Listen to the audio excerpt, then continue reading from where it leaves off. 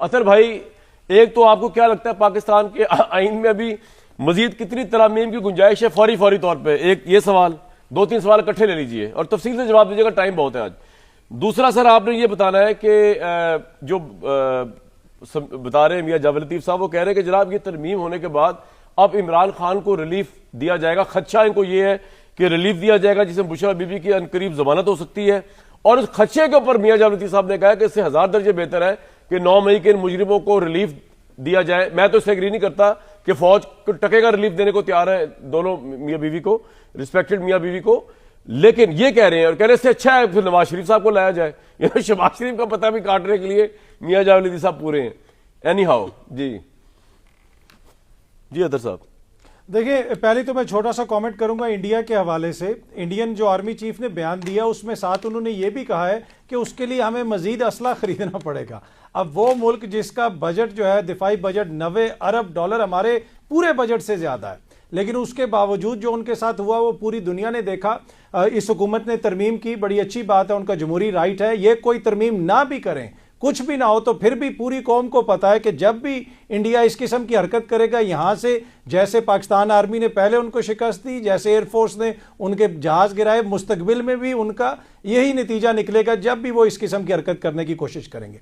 अब मियां जावेद लतीफ साहब ने जो बात की कि तरमीम के बाद जो है इमरान खान साहब को रिलीफ मिल जाएगा, टू बी ऑनेस्ट मुझे तो तरस आ रहा है कि आप 3 साल से इक्तदार में हैं। क्या ये तरमीम यूगोस्लाविया की पार्लियामेंट ने की है कि आपने ऐसी तरमीम कर दी जिसके नतीजे में इमरान खान साहब को रिलीफ मिल जाएगा? तो ये तरमीम आप ना करते। और दूसरा, अब आप देख लेना कि आपका इक्तदार है, आपके पास वफाक में हुकूमत है, पंजाब में हुकूमत है, और आपके पास कुछ भी नहीं और दिखाने के लिए। आप कभी 26 नवंबर की बात करते हैं, कभी किसी और वाक़े की बात करते हैं, गद्दारी की बातें होती हैं। इसी मुल्क के अंदर मियां जावेद लतीफ साहब, आपके ऊपर भी गद्दारी का मुकदमा हुआ था, और उस वक्त भी अतर काज़मी ने कहा था कि मियां जावेद लतीफ गद्दार नहीं हो सकता।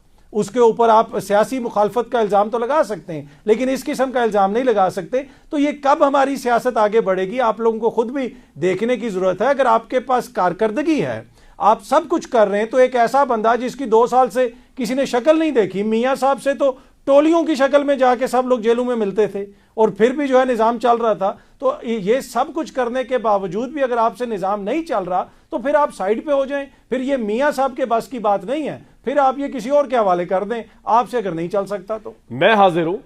अगर ये निजाम नहीं चल रहा किसी से, अगर मैं भी भट्टी साहब, जब मैं वॉलंटियर कर सकते, जब मैं आऊंगा तो मैं अपने दोनों भाइयों को लेकर आऊंगा, इरशाद भट्टी साहब को भी और अतर काज़मी साहब को भी, ऐसी बात नहीं।